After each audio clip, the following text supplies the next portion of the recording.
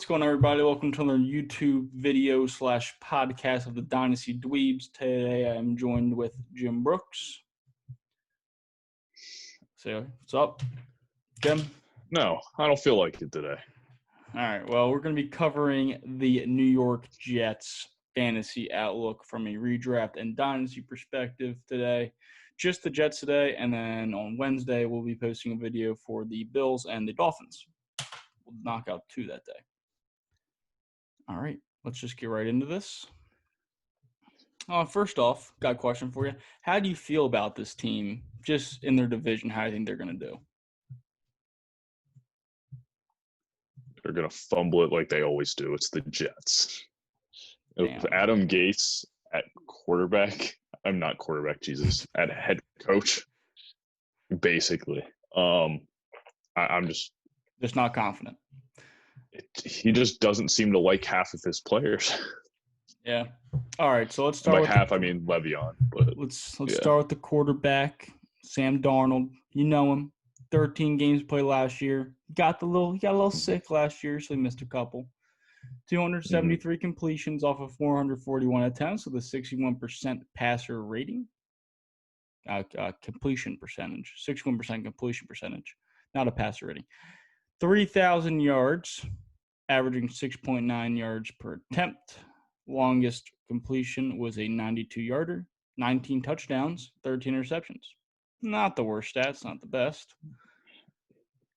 He improved in touchdowns by 2 with the same amount of games. There were 2 less interceptions. However, he fumbled 11 times. Yeah. He also was sacked 33 times, 3 more than last year. So, I mean, their offensive line got a little bit better, but their receiving core has a lot of left to be desired. Mm-hmm. I think there's a lot of hope that Sam Darnold reaches his potential that everyone has set out for him, but I just don't think they have the guys there. I just don't think there's the actual guys there to do it for him. Why don't you just give him a chance? Sure, I'll give him a chance, but I think he has very good value in Dynasty. You're not going to pay like anything to get him, really. And I think that in deeper leagues, he could be your hope. He can do some damage. He's a QB2 with room to grow. QB2, a very young QB2 with room to grow. Yeah. Mm-hmm. Okay. They did draft a quarterback also, but I don't think we're going to get into that because they have a very young quarterback. Yes, let's get into Le'Veon, and then we'll go into the rookie they drafted. LaMichael Perine. Is it Michael? Is that his name? LaMichael Perine. LaMichael. Okay, let's just start Le'Veon. Mm-hmm. Le'Veon Bell played 15 games last year, 245 attempts, 789 yards, averaging 3.2 yards per carry, and he had 3 rushing touchdowns. Okay, the volume is there for sure. The line, I'm going to blame on the line, is not there. And I think that this is a guy, remember when Matt Forte was on the Jets? I don't really remember that. I only remember he Forte was on the Bears, but yeah. Yeah, it's toward the butt end of his career. I mean, Le'Veon Bell, he's basically in his technical prime years. I mean, he's not going to be like as good as he was on the Steelers, but he's still at a good age. You know what I'm saying? There's no possible way he doesn't, I don't want to say progress, but there's no way he does as bad last year if he can't average 3.2 yards per carry. There's no way. Like his longest rushing attempt, 19 yards. Despite that, there's no way he can average the 3.2 per carry and have 3 touchdowns. There's just absolutely no possible way he could be worse than that if he plays 15 to 16 games. I completely agree. And I think that and the fact that he finished 21 in standard and 16 in PPR is pretty amazing. I know. And I So think that like his I think value, you can get him later on and still yeah, have a guy who's going to be a workhorse back, and he's definitely going to have the high RB2, low RB1 upside. yeah, and the volume, like you gotta love The the volume's there, volume. Yeah, 100%. like you're gonna feed the best player on the team. Mm-hmm. So like, um, from a redraft perspective, I like him a lot more than Dynasty just because of age, because he is Mm-hmm. like getting towards the end. But like, I still don't even I mind mean, him in Dynasty. You're gonna have him for like 2 to 3 more years. yeah. I mean, they did bring in Frank Gore also, but Yeah, I'm not too worried about him honestly. I know Frank Gore's always been a workhorse kind of back. I mean, he started tailing off these last 2 years where he, I mean, from 17 to 18, he dropped 100 carries right there. Yeah, I know. So But I mean, that he was with Devin I Singletary. think He was a that's going to rookie. keep, I know that, but I'm saying I think it's going to reduce even more now Yeah, behind Le'Veon Bell because he's definitely more of a workhorse than Singletary. I think they just needed some depth, and they got him for a good deal. Yeah. And I then mean, they if obviously Le'Veon drafted Perine. if Le'Veon goes down, you're gonna want someone in there that can run the No, I'm ball. not saying Frank Gore is the answer, but It's somebody. It's a it's name. somebody who's proven, yes. Okay. So Le'Veon Bell, But like I'm you said, very interested in Le'Veon. yeah, like you said, I think that he's a mid tier RB2 with a lot of upside, and Mm-hmm. especially depending on the matchup, he's fine. Stop sleeping on him so Mm-hmm. hard. It's freaking Le'Veon Bell. He's still a great talent. There's a Blaupau's reason when no longer on the team. mm-hmm, Neither is Ty Montgomery. He's on the Saints. they have a bunch of names That's there, all but right. So yeah. what about Perine? What do you think? Like good value dynasty? I'm not too Um, crazy about him just because of the situation. yeah, right now, I mean, unless Gase just completely loses his mind with Le'Veon Bell for whatever reason, Yeah, Le'Veon Bell's on a 4-year contract. yeah, I don't think we're gonna see a whole lot of work for Perine. I don't know who they'd give the nod to with Gore or Perine, honestly. Well, see, that's the thing. That's why they have Gore, right? Blaupau and Ty Montgomery are both not on the team. They need a depth. So now they have Perine and Gore. Mm-hmm. So I think we I can move right on, unless you want to say something about Perine. I think Perine. I guess I would consider him the third back on this team. I think Frank Gore kind of gets the nod over him I as the agree. vet. I agree. So I mean, maybe he's a stash guy because you're not going to have to worry about drafting him early in a rookie draft. He's going to be a third to fourth. Big facts. Let's move on to the receivers. Would you like to start with Crowder or Denzel Mims? Let's start with the rookie Mims. All right, yeah. So Jets drafted Denzel Mims this year. I am super high on Denzel Mims. I don't know about everyone else compared to the other rookies, but I think that just the situation he's in, I believe that he could come onto this team and he could definitely end up being the number one receiver very quickly. If there's not much competition, I mean, we have Crowder here. Who even else They've is there? signed Brashard. They signed Brashard Perryman. And Rashard Perriman, dude, like this guy, the volume is there for him to like. There's a lot to go around for him, right? Mm-hmm. So, what do you think about him?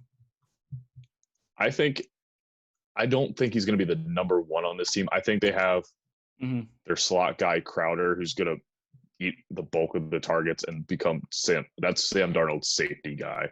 And You can just rely on him. Quincy Nunn was on the team also. I'm worried about him. Just saying. Yeah. What did he have last year? He He played only one played game. one game.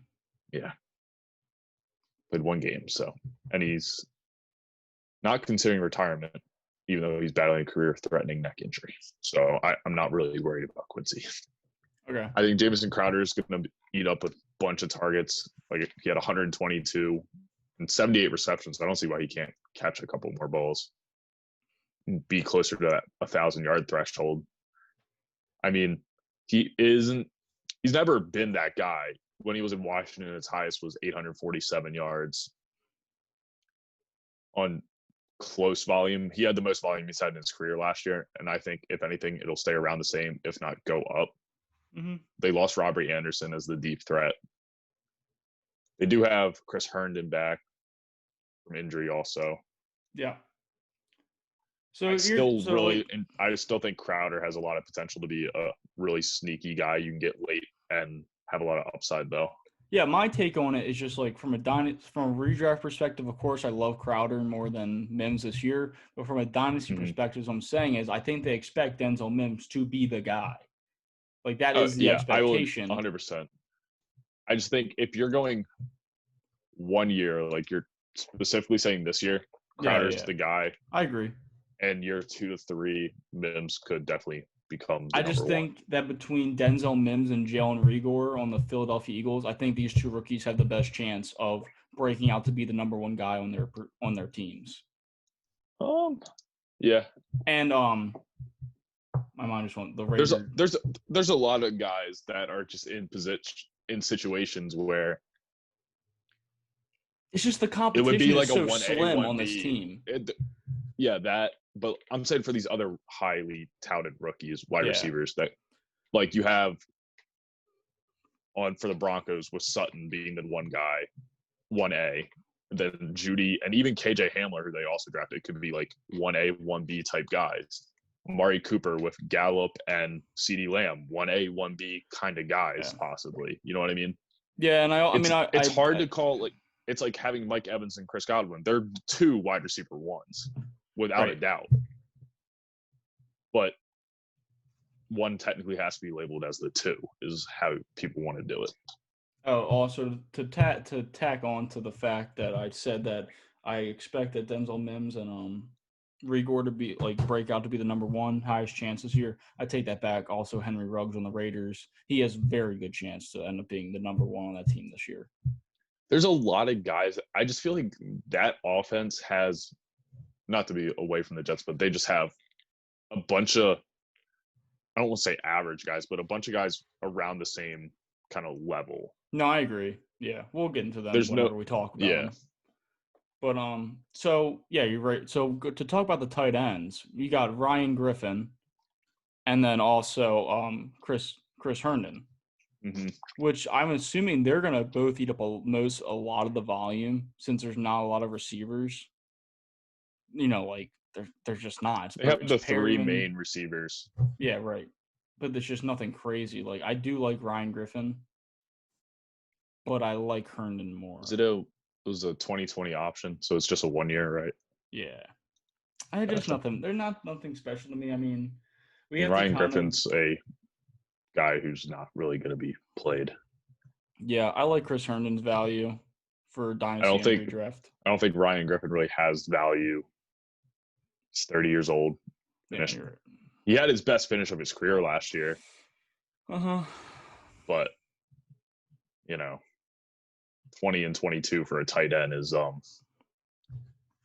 not exactly ideal, especially when most people play with one tight end. God, this team is so like not exciting. There's just not, the names don't exactly do it for you. Like Jamison Crowder is your best guy, basically your one. Le'Veon Bell doesn't have the same value his name did 3 years ago. I just feel like Darnold's just set up to lose. That's the kind of the Jets' whole thing. And then not to get off the topic of fantasy, but like Jamal Adams doesn't even want to play for the team. I know they got CJ Mosley, but he was injured for most of the season last year. So it's just like this team is going to be playing behind a lot, I would assume. So, but that's nice. Le'Veon Bell, he plays third down, so he's going to get the reset. Let's look at Le'Veon Bell's receiving real quick. Also, 66 receptions off 78 targets, 461 yards. That's awesome. Yeah, I think that's huge. That's definitely why he was still valued. Hey, that's exactly wide receiver why. too. Yeah. And only had one receiving touchdown. Mm-hmm. But see that just the volume speaks right there, man. Another great thing was only having one fumble. That's phenomenal. So I think like the biggest thing to focus on this team is like don't sleep on Le'Veon Bell too hard. Denzel Mims is a great sleeper if you get him with the right value in Dynasty. Redraft, I mean, you can probably get him whenever, honestly. And then Jamison Crowder also great value, especially in PPR. Yep.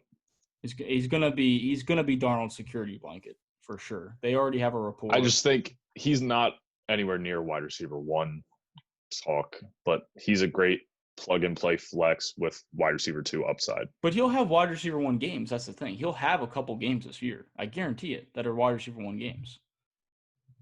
In PPR, if he gets like week 1, for example, he had 14 receptions.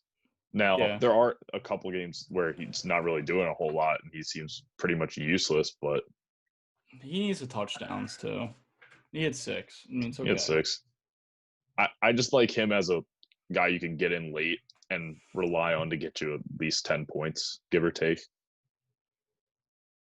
Yeah, I mean, he's a slept on name, like. Mm-hmm. And I think it sucks. It's not an exciting wide receiver 1. Is really all it is. Yeah, I think it sucks that they couldn't keep Robbie Anderson too. I think that sucks. Well, they got Mims and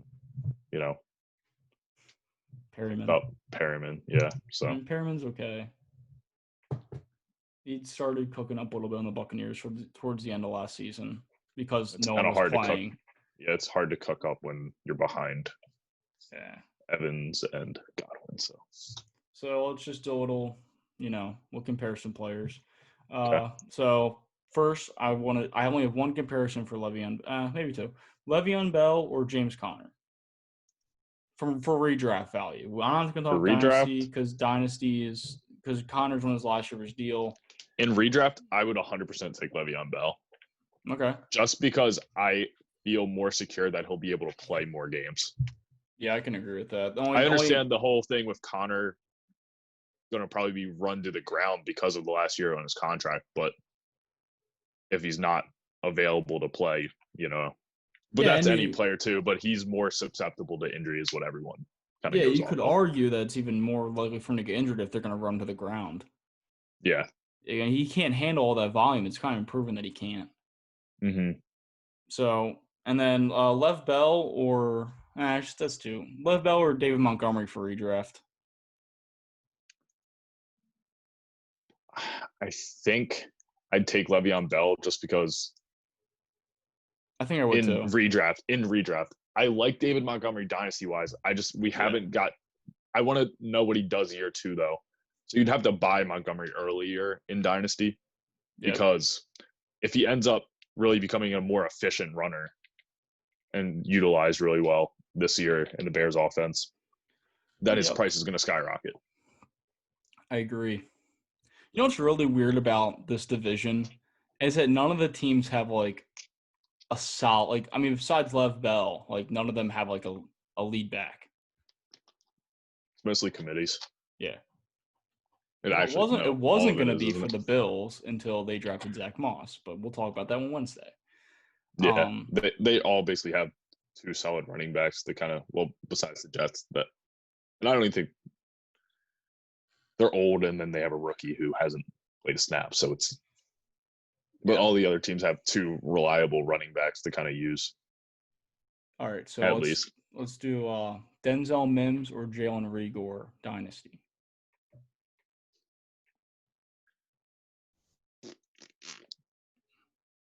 Probably Reagor. Yeah, I could see that. I mean, you could argue Reagor because of Wentz. And I don't even know what's going on the Eagles with Alshon. Yeah, I like the Eagles franchise more and what they have. Yeah. And even though I think, because it's more than 1 year windows you're going off of, Reagor could honestly be the third option if they have Alshon and Deshaun Jackson still. And Zach Ertz. So. Yeah. I always kind of get into that where I'm not thinking, and even Dallas Goedert. So. Yeah, exactly. So I always kind of don't consider tight ends when I'm talking wide receivers, but I really should. So. Yeah, because they do take up volume.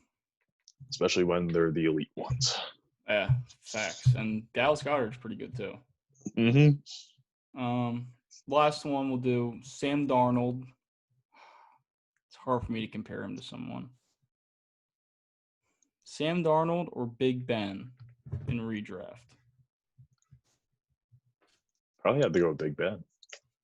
I mean, the injury concerns are one thing, him coming off of them, but Big Ben's proven that he's an elite quarterback. Drew Lock or Sam Darnold in a dynasty? I'd go on the whim with Drew Lock, honestly. I like the talents around him more. Yeah, that's what I have to say, just based off like who's around him. Jared Goff or Sam Darnold in dynasty. Goff. He's in an Gardner offensive-minded system. Better weapons again. Gardner Minshew or Sam Darnold. See, now that's actually a very good debate because they're both in similar franchises that have just shitty ran front offices and whatnot. Yeah. I don't even know who you would say is a more talented team. I got a real good one after that. Because I just love the hype of Gardner Minshew with all the Yeah, kind that's what of I'm saying. mustache Like, I'd mania probably shit. just take him just It's for the more fun. personality. It's more fun. It's definitely a more fun team. Yeah. With that. I think that DJ Chark just kind of buys me. And I love DJ Chark. Yeah. All right. And I think Laviska Shenault is definitely a huge sleeper on that team also. So the best one. So I got Dwayne Haskins or Sam Darnold for dynasty. Darnold. Dude, I think I'd take Haskins. They got to get Terry McLaurin some help. I think Ron Rivera is really going to turn this team around. We'll see. They can definitely be a really good defensive team, but I don't know if they have all the pieces for the offense. They are slacking, aren't they? And who knows what's. Everyone loves Geis, but I love Gibson. I can't love a guy who hasn't played. They got AP still. He's ready to roll. He is. But in the limited games Geis did play, I mean, he averaged 5.83 a carry, which is very sick.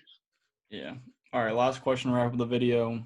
How will the Jets do in the division this year? Will they be last, first, third, second? I think they'll be fourth. I think the Dolphins will beat them. And they'll I think Dolphins will be third. I'm going to give it to the Dolphins, too. I really like Brian Flores and what he's doing. All right, yeah, then one more question. Tua or Darnold dynasty? Tua. Okay. All right. Well, I think that about wraps it up for today. A little shorter one. Like I said, we're going to start doing 2 teams instead of 1, just to buffing up the videos a little bit. So Wednesday, you can expect us to be talking about the Bills and the Dolphins. Thank you all for watching. Please like and subscribe. Peace.